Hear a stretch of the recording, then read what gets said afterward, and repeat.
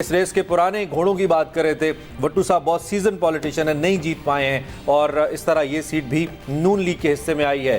अगला गैर हतमी गैर सरकारी नतीजा दिखाइए जी, फ्लैश कीजिए। NA 86 सरगोधा 5 सरगोधा जेरे बहस रहा, हम भी इस पे बात करते रहे। Mohammed Miqdad Ali Khan independent candidate racket के निशान पे लड़े, 78,651 वोट्स लेकर यहाँ पे NA 86 सरगोधा 5 से कामयाब हुए हैं, जबकि यहाँ पे शेर को शिकस्त हुई है और सैयद जावेद हसनैन साहब शेर के उम्मीदवार सिर्फ 48,500 वोट्स ले पाए हैं। सो एक बड़े मार्जिन के साथ मोहम्मद मिकदाद अली खान आज़ाद उम्मीदवार यहाँ से कामयाब रहे हैं। NA 92 NA 92 अगला हल्का है जिसका नतीजा सामने आ रहा है। रशीद अकबर खान निवानी जीत गए हैं, इंडिपेंडेंट कैंडिडेट, 1,42,761 वोट्स।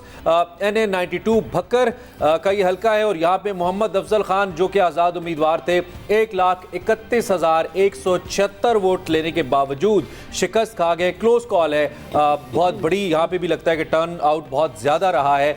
इन दोनों उम्मीदवारों ने काफ़ी ज़्यादा वोट्स लिए हैं। बहरहाल कामयाबी रशीद अकबर खान निवानी साहब के हिस्से में आई है जो कि आज़ाद उम्मीदवार के तौर पे लड़े और भक्कर 2 से कामयाब इस हल्के के अंदर नवानी जो फैमिली है उनका बहुत उनका जो अपना वोट बैंक है वो बरादरी का वो बहुत ज़्यादा है और यहाँ पर अगर इस हल्के का आपको तजिया लेना है तो आपको आमिर अली असराना साहब को साथ लेना चाहिए था। इस हल्के का रहमान साहब की बड़ी फरमाइश है, कॉल मिलाइए जी आपको आमिर अली असराना साहब जो है फिर आप तजिया नहीं कर पाएंगे, हमने ले लेना इस हल्के का नहीं, आपको उनसे करवाना चाहिए जी। अच्छा ठीक है, ये रिजल्ट है। मुजम्मिल आपको ऐड करना चाह रहे हैं? देखिए इसमें एक चीज़ मैं अभी देखी है, बलोचिस्तान का एक हल्का है आई गेस PB 63 और इस तरह, उसमें तकरीबन 2000 वोट रिजेक्शन में डाले हुए हैं। तो ये भी एक बहुत बड़ा फैक्टर है कि अभी ये वोट रिजेक्शन NA 26 मेहमन का नतीजा भी आ रहा है, जरा वो भी हम बता दें। NA 26 मेहमन साजिद खान साहब कामयाब हुए हैं, आज़ाद उम्मीदवार हैं, 41,489 वोट्स लेकर कामयाब हुए। लगता है ज़्यादा वोट पोल यहाँ पे नहीं हुए, टर्नआउट शायद इतना ज़्यादा नहीं है या मे भी हल्का छोटा है। मोहम्मद आरिफ साहब इनके मुकाबले में 19,930 वोट्स ले पाए हैं।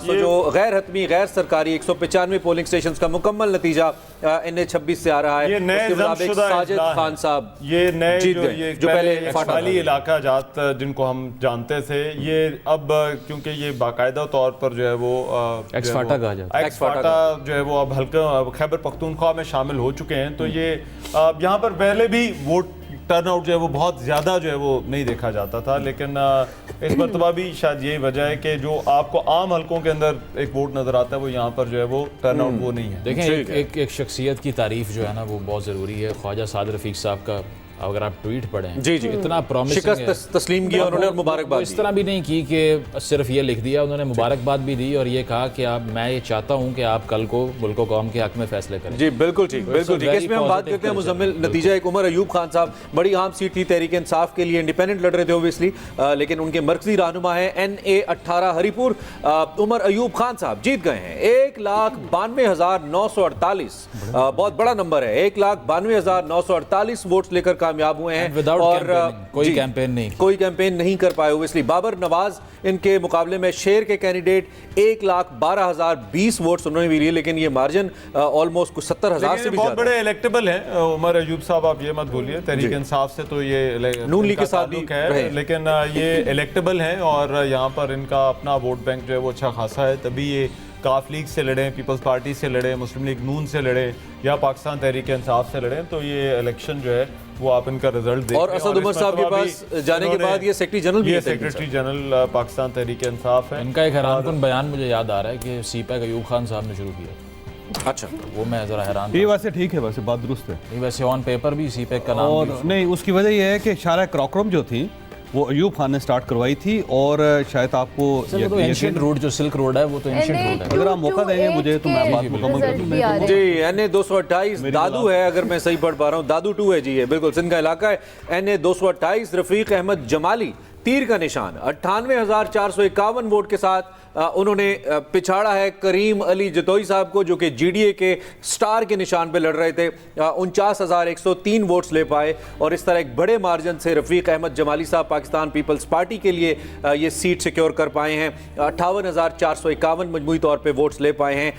NA 228 दादू 2 ये हल्का है जहाँ पे करीम अली जतोई साहब उनके मुकाबले में मेरा ख्याल है निकल नहीं सका। GDA का सितारा इस मरतबा इंतखाबात बहुत ही कम, शायद एक सीट हमने अब तक तस्करा किया है। पीपल्स पार्टी से थोड़ी सी मिस कमिटमेंट हो गई, अदरवाइज जीडीए के बहुत से मजीद लोग पीपल्स पार्टी में शामिल हो रहे थे, नहीं हुए तब भी इस तरह हार रहे हैं, तो अगर हो जाते फिर तो फिर क्या होता, फिर क्या होता बहुत। और ये साथ आप देख रहे हैं जी, हमारी जो स्लाइड है आपको बता रही है तकरीबन 100% नताइज आ चुके हैं सभी हलकों के। बहुत कम ऐसे हलके हैं जहां पे अभी मुकम्मल रिजल्ट कंपाइल नहीं हुआ, लेकिन ये नीचे हमारी जो स्लाइड है ये आपको बता रही है। और हमारा इलेक्शन सेल आपको मुसलसल आगाह रखे हुए सिंस लास्ट मेनी आवर्स। ये है 62 गुजरात, Important चौधरी इलियास साहब यहाँ पे जो आजाद उम्मीदवार के तौर पे हैं, बिल्कुल आबिद रजा कोटला साहब हार गए हैं। तो दूसरी जानिब ये हम आपको पीएमएलएन के हवाले से बता रहे हैं, ये बड़ा लॉस है पीएमएलएन के लिए। आबिद रजा कोटला का इलेक्शन हारना, ये गुजरात और इसके आसपास। अगर मैं नंबर रहमान बता दूं फिर आप जरूर इस पे कमेंट कीजिएगा। चौधरी इलियास साहब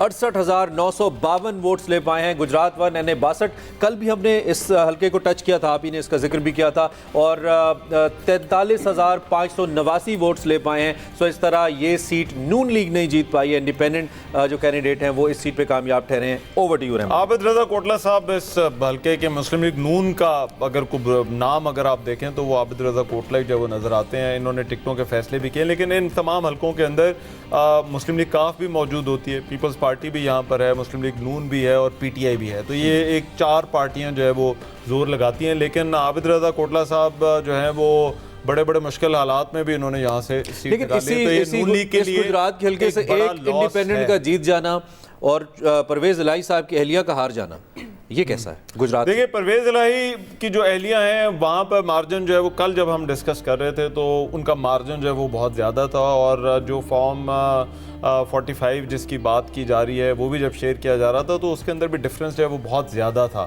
लेकिन सरप्राइजिंग है, अब ये तो हलकों के अंदर जो है वो चीज़ें हो रही हैं, कंपाइल करने में वक्त लग गया, कंपाइल करने में उनको वक्त रिजल्ट तो आ गया है, लेकिन ये है कि वो जो डिफरेंस कल बहुत ज़्यादा नज़र आ रहा था, अब ये समझ नहीं आता कि अब वो डिफरेंस जो है वो एकदम से चौधरी सालिक की जो है वो लीड वहाँ बहुत ज़्यादा कैसे कैसे आ गई। जय साहब कोई कमेंट इस पे आपका? नहीं, मैं माफी चाहता हूँ, मुझे वाकई नहीं पता। अच्छा, ऑनेस्टली आपको रिजल्ट का नहीं पता सर, या आप हल्के के बारे में आप कह रहे हैं? सवाल क्या आप?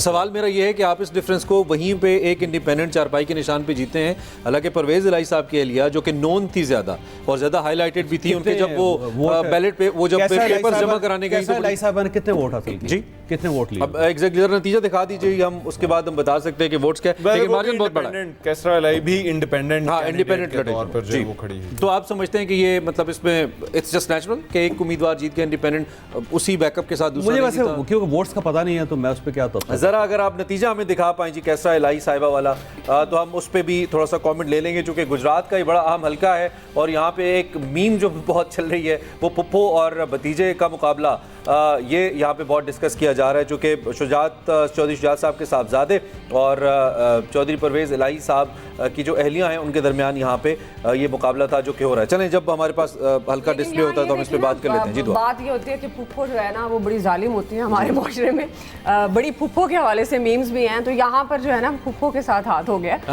जो लग रहा है, क्योंकि कल जब इनिशियली रिजल्ट्स आना शुरू हुए थे तो यहाँ पर बड़ी लीड थी कैसरा इलाही साहिबा की, और मतलब थाउजेंड्स आ गया जी। चौधरी सालिक हुसैन NA 64, जावेद चौधरी साहब 1,05,205 और ये तकरीबन 25,000 वोटों के फर्क से कैसरा इलाही साहिबा शिकस्त खा गई हैं। क्या कहिए? मुझे भी लगता है 25,000 से शिकस्त खाई उन्होंने। कुछ ऊपर नीचे। चलिए जावेद साहब, आपकी इजाजत से एक सवाल में जावेद साहब से देखिए, ये जो गुजरात हो सकता है आपको जवाब मिल हाँ, मैंने